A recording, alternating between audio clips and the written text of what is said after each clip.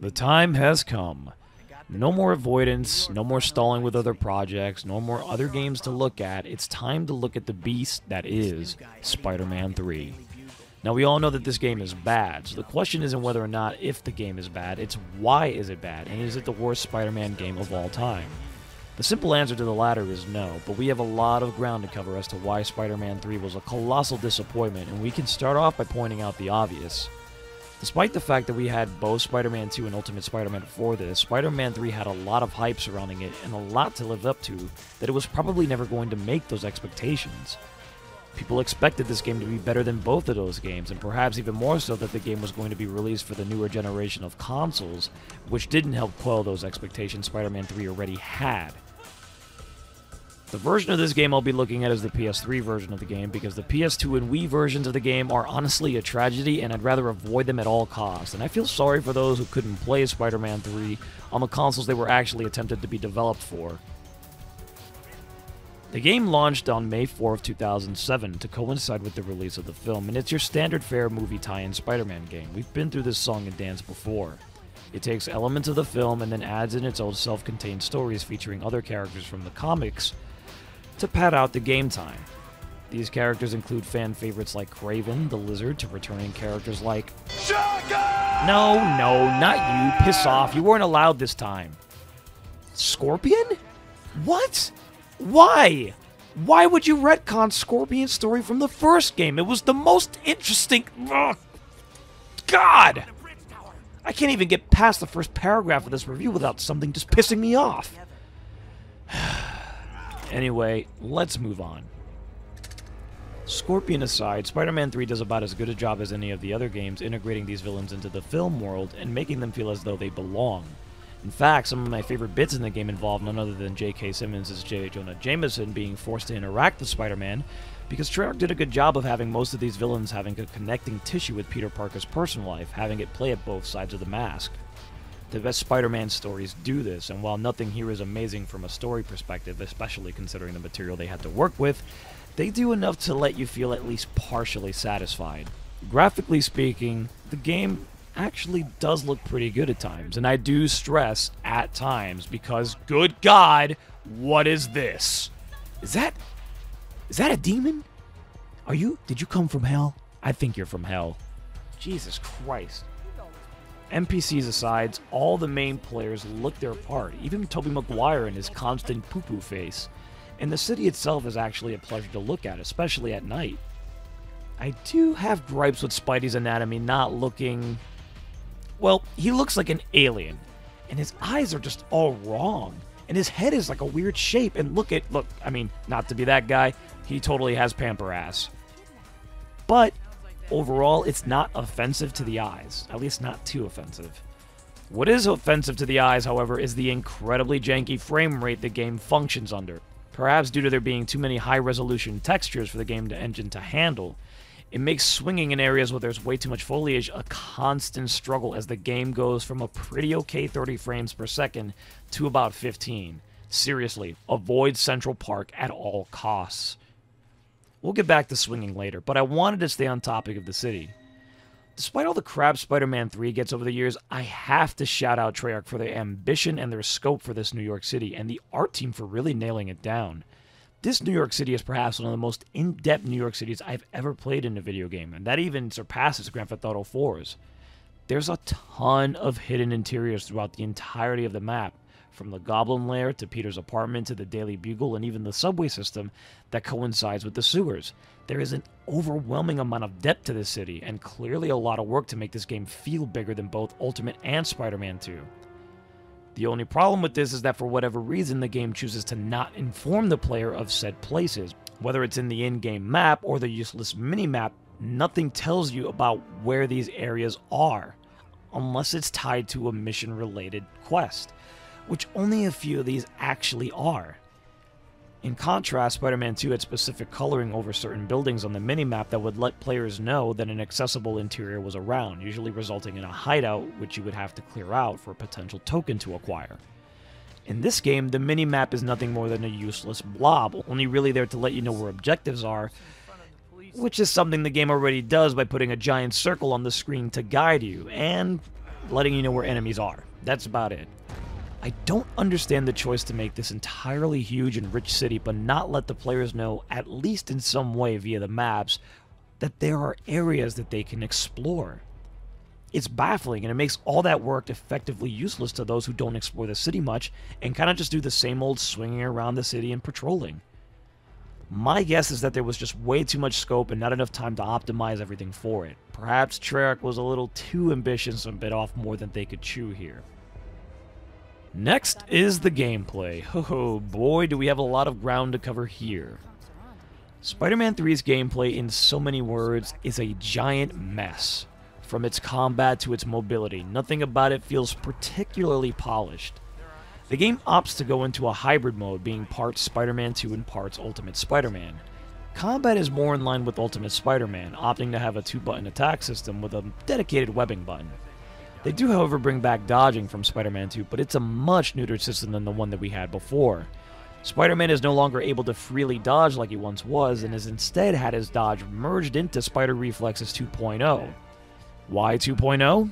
Because unlike Spider-Man 2, Spider Reflexes in this game isn't a mode you enter to slow down time and gain additional combat moves that become more powerful than your standard stuff and allowing for easier dodges, but a time limit as to how much you're actually able to dodge. It still does slow down time, but the amount of time you're able to actually be in reflex mode prior to you getting upgrades for it, especially toward the beginning of the game, is paltry to say the least.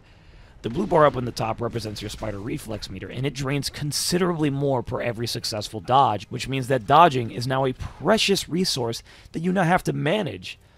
So already combat is being hamstringed by this asinine design choice, but it could be alleviated if the combat itself was any good. But this is Spider-Man 3, so of course not. The combat in this game is rough. Even at the time of this game's release, I was severely disappointed with how combat in this game worked. It's extraordinarily stiff, opting to instead have every animation painfully play out, rather than go the Spider-Man 2 route of having moves be dodge or jump cancelable. Some are, but again, it's only under the time limit for spider reflexes, so when that's up, you're committing to some of these combos and you're going to be eating insane damage from enemies who will take advantage of the spacing distance some of these moves put you at and start chucking projectiles at you that are impossible to see. And nothing is worse in this game than getting knocked down, as you can't auto-recover like in past games. You have to watch Spider-Man flail around for what feels like an eternity until you can get back up, only to be met with more projectiles and enemies positioning themselves to take you out. It's annoying as all hell, like the game doesn't want you to play it. Spider-Sense, in a nutshell, has been given a makeover as well, given that its sole purpose is to allow you to essentially track and see enemies through walls, or objectives you might have to follow. Basically, this is the predated version of Detective Vision. This game also has the Spider-Man the movie game problem of having a combo list that is just way too long for anyone to memorize, including some moves that aren't even listed in the upgrades tab to begin with, leading into the ultimate Spider-Man problem of having button mashing being the tried and true strategy, at least for classic suit Spider-Man. Symbiote Spidey has his own share of moves and properties, but we'll get to them in a bit. The game also introduces super moves, each mapped out to a face button in tandem with R1. The circle above your health and spider reflex bar representing how close you are to gaining said super as it fills up per every combat engagement. Once again, this is a pretty rough deal with some of these super moves, as only two of these really work at any given time, and that's the hammer and web launcher. The super pinball one is a useless move that only seems to work about half the time, and is a complete waste of meter as it does minimal damage and offers no help on the crowd control front. As a matter of fact, there's very little things that do. I think the normal version of this attack actually does a better job than its super counterpart. And the multi-web rodeo does no damage. It doesn't work nearly as well as its Spider-Man 2 counterpart at being an effective crowd control technique, and that was a move that you unlocked as a standard move in that game. I don't get how a direct sequel managed to make its combat subsequently worse, but Spider-Man 3 managed. Somehow, right? Oh yeah, by the way, the Spidey store? Gone. You unlock upgrades throughout the course of the game by completing missions. It's entirely half-assed, but it's there. Ultimately, this ends up only making you feel like you're never really accomplishing or earning anything, especially because you never know what it is you're actually unlocking until the game basically says, oh hey, you did this? Here you go. it's jarring as all hell. I haven't even mentioned webbing yet, and that's because in this game, it's not even worth mentioning. Every fun thing you can do in Spider-Man 2 with webbing has either been neutered or euthanized in Spider-Man 3. They've made the entire gimmick something you don't ever want to use. Web Rodeo, as mentioned before, is extraordinarily sluggish and not entirely useful. Impact webbing is being relegated to a combo only, making its usage non-existent, and web bullets get blocked by almost every enemy in the game, making it almost a joke to use. Even the web hang isn't as fun. The only enjoyment I get out of hanging enemies from lampposts now is seeing their bodies contort all types of ways if you continuously do it. But the power fantasy of being Spider-Man and doing all things a spider can has been drastically nerfed from the last 2 games. Black Suit Spider-Man, however, is a bit more manageable because his moves reflect the new persona, with most of the names for said moves getting rebranded as dark. Ooh, so edgy. No, not all of them work, still, and webbing is still as equally useless as it was for Classic Spidey, but he does get the best move in the game, the Annihilator Punch. This punch is not only an extremely powerful move, but a great crowd control technique when used properly thanks to its absolutely egregious hitbox. It's basically the Hero Punch from Spider-Man 2, but it's fun to use, and it absolutely destroys enemies and bosses alike. Symbiote Spidey also has the benefit of having his supers actually work, which opens up the playing field on your options. You can also mash R1 while in this mode to fill up your super meter and have an existential crisis all at the same time, which you can't do for Classic Spidey. Other than that, the differences are very minimal, at least in the gameplay front. More on this in a little bit. This is really the best way to play the game, and if you can stomach giving Spider-Man 3 a second playthrough, you can actually go through the entire game as Black Suit Spidey, and it makes it almost a little less insufferable, especially considering how little time you do actually get to be in the black suit. It's basically a new game plus. While the black suit overall is an improvement on the main game, it isn't quite the ray of sunshine breaking through the storm clouds. It's decent, but it's not enough to carry the game. But the main problem with everything I've just listed, and this even includes mobility, web swinging, and wall running, is the camera. Which is why, despite there being a functional swinging mechanic that can be fun in this game, I never can truly enjoy it. Forget Venom, forget Sandman, forget the New Goblin. The biggest villain in this game is the camera. It is what you will spend 100% of your time fighting to position so you can actually see where you are going and what it is you are doing. This game has a really bad habit, in missions in particular, of putting Spider-Man in tight spaces where the camera has a hard time keeping track of your movements, and it can be seriously nauseating, especially since attempts to reposition the camera are extremely rough due to a really high sensitivity rate on your thumbsticks. There's no sense of grace, it's just brash and in your face, and for the lesser experienced in video games, can cause grounds for motion sickness. This is a gigantic problem that does not get better the more the game goes on. I can forgive lackluster and uninspired combat, and perhaps things that can be a little unpolished here and there, but when all of these things combine in on each other, especially with how choppy the frame rate is in this game, it makes for an unpleasant gaming experience. If a video game makes someone you know sick, you have failed.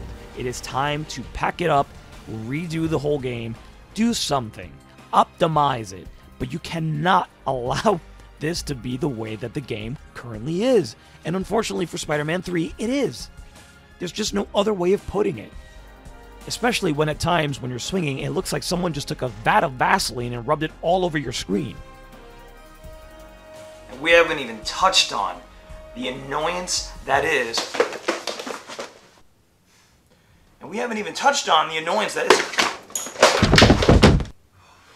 And that's not even coming close to the annoyance.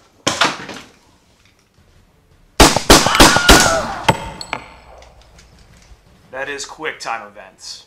Oh boy, does this game just love its QuickTime events. Don't get me wrong, they can be effective when used properly in video games, but this game literally throws them at you without you ever being prepared for it, and does it in droves. The entire game is covered in QuickTime events. Have you ever played a video game where you feel constantly on edge because you need to hold the controller and look for a dumbass split-second screen prompt that just comes out of nowhere? If you have, you've probably played Spider-Man 3. Or maybe Resident Evil 6. I feel your pain. It isn't fun. It's actually incredibly annoying. Just have the damn scene play out. Or better yet, Give us some goddamn time to actually be able to react to this shit if you're going to impose it on the players. We've briefly touched on missions, and they're serviceable at their worst and comedy gold at their best. Outside of missions, you have your standard fare of bomb and combat tours with some races sprinkled in as well. In the main city, you have random crimes that just happen on a whim. No prompting crimes via civilians like in Spider-Man 2. No, this game goes the ultimate Spider-Man route, leaving the city to feel outright dead at times. You do have a crime index letting you know which areas of Manhattan have a higher crime rate via a color grid and percentage, as well as which gangs inhabits the zone, helping you to decide which areas to patrol. There's a bit of potential with this concept, but I don't think it was fully visualized all the way through. Most missions are tied to specific villains or gangs, not straying too far out from that threshold. But you do have some variety thrown in here and there, with returning things like bugle missions, which are no longer timed challenge runs, but mostly just serve as a break from the action. And... no. God, no. Mary Jane Thrill Ride missions. If you thought the Balloon Kid from Spider-Man 2 was the worst thing ever, wait until you play these. Holy shit! Mary Jane's Thrill Ride missions are the make or break sections of the game. What I mean by that is you will either lose your sanity having to hear Mary Jane continuously yell out how much fun she's having. Go higher, Peter! Go lower, Peter! Peter, that's too high! Peter, that's too low! Excuse me. Or you'll make it through and probably take your copy of Spider-Man 3 and throw it into the nearest fire pit, which of course I can't blame you for. I cannot stand these missions. Looking at it now makes me want to drown both of them. You know what? Let's do it. Okay. Well, it looks like Spider-Man can swim in this game. That's a first. No other game has actually allowed you to do this. But you know what? Always have a plan B. No one can survive jumping off a skyscraper, though!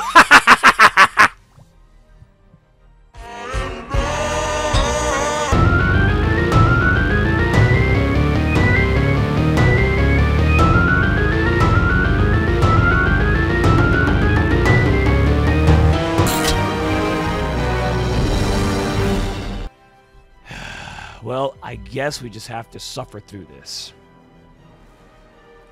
It only becomes cathartic when we enter the best part of the game. That's right, Emo Tobey.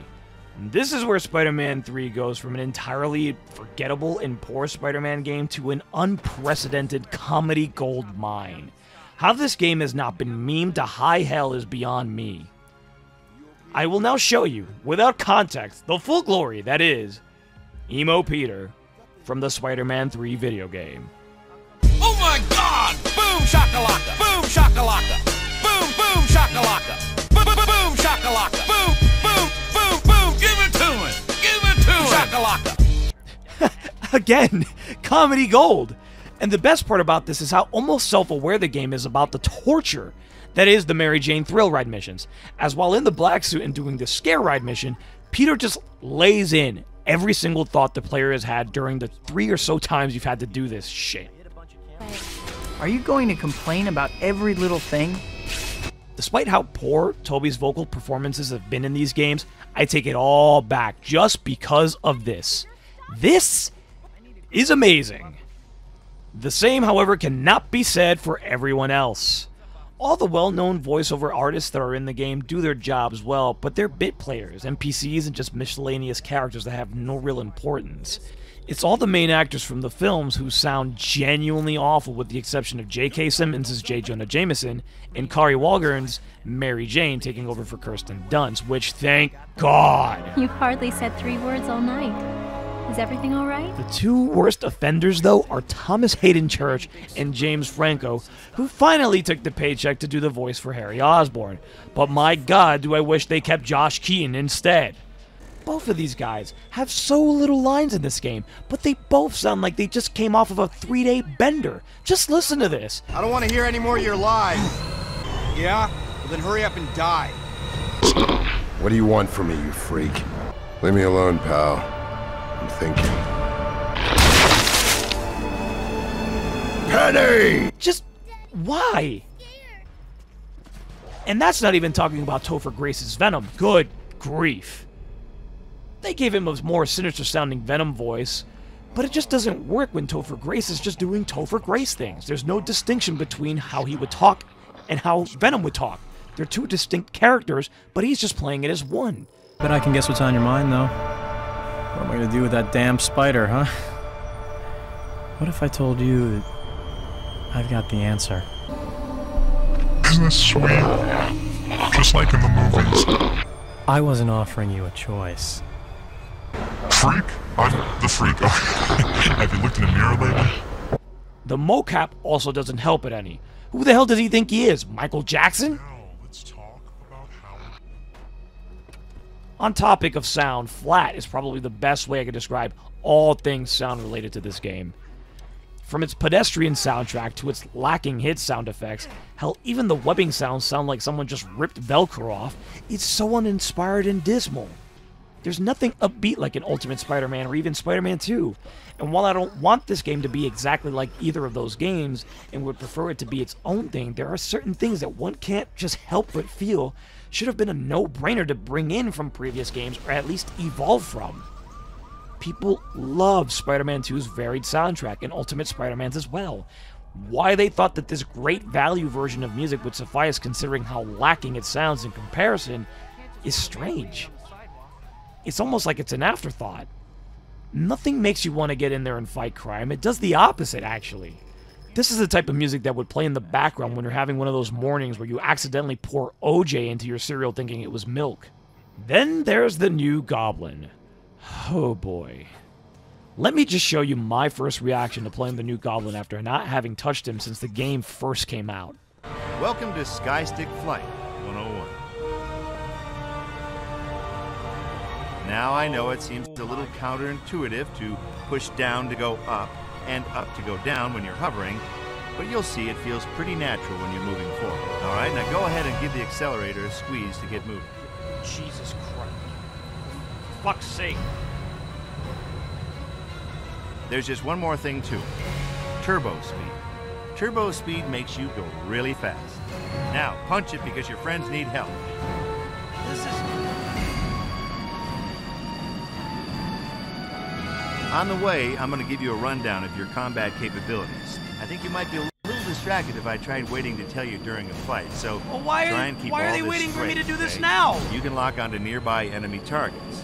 When you've got a lock, you'll always attack that target. You can also cycle through all targets. You've got light and heavy sword attacks, and pumpkin bombs. You can also hold down a bomb button to charge up and throw it further. You've also got some other bombs, namely cluster bombs and razorbacks. Shit. The gimmick revolving around New Goblin on the PS3 is that he's controllable via the 6-axis controller motion sensors. You can turn this off, but the game doesn't make you aware of it, and it's only after messing around in the settings that you'll be able to actually find said option. But still, the fact that the game waits until the very last mission to give you a crash course on a character you spend 0 time as is insane! Who thought this was a good idea? You know what they could have done? That one mission where Harry just swoops in and starts attacking Peter? That could have been our crash course to, at the very least, understand flying. Instead of just saying, hey, here's the new Goblin for a minute. Here's everything you can do. You got 1 minute, alright? Good luck, kids. See ya. And even then, he's so limited to what he can do that the inclusion is almost head-scratching. Like it was almost last minute. Like someone just mandated, hey, we gotta have the new Goblin here, so you gotta put him in. Okay.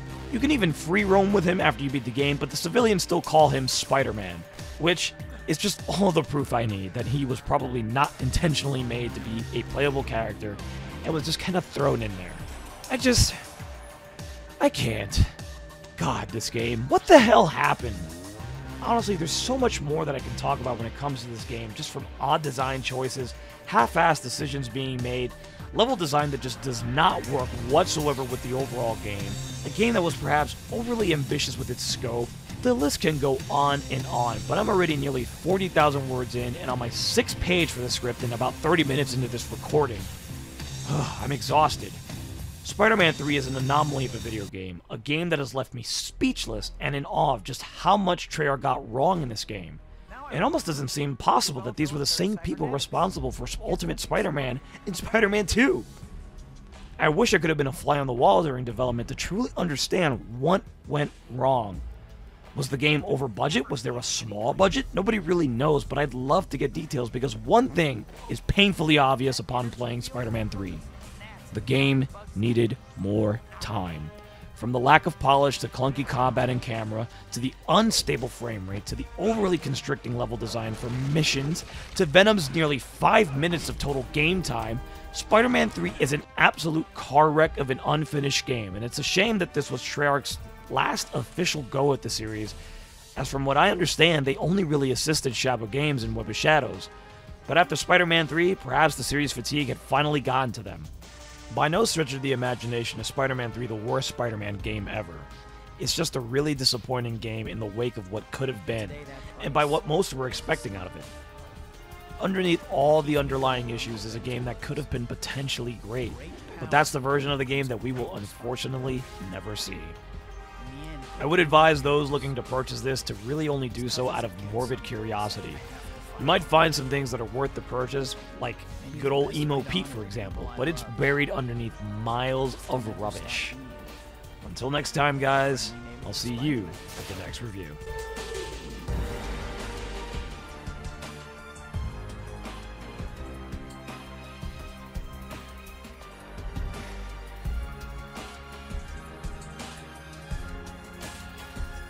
Hey everybody, it's JC. If you've made it this far in this video, please consider subscribing and liking the video, as it goes a long way with helping me out in the long run. Thanks. And if you're still here, I just wanted to take this time to thank each and every one of you for being extraordinarily patient with me throughout thick and thin in regards to Spider-Man 3. This review was years in the making, and I apologize for that, but throughout personal issues, software and hardware failures, moving between cities and moving back, there's been so many things that have gotten in the way of this review, and I'm finally glad to just have it done, and I really do hope that it's everything you guys could have wished for, and at the very least that you guys were entertained, which is why I do the things on this channel. I wanted to thank each and every one of you. Dark Knight fan, Mr. Ultimate, you guys have been with me through thick and thin, and I'm sure there's plenty more that I'm forgetting, but those are the names that pop up to me at the moment, because those are the names I see all the time, so... But thank you guys, truly, and I hope to see you guys on the next review.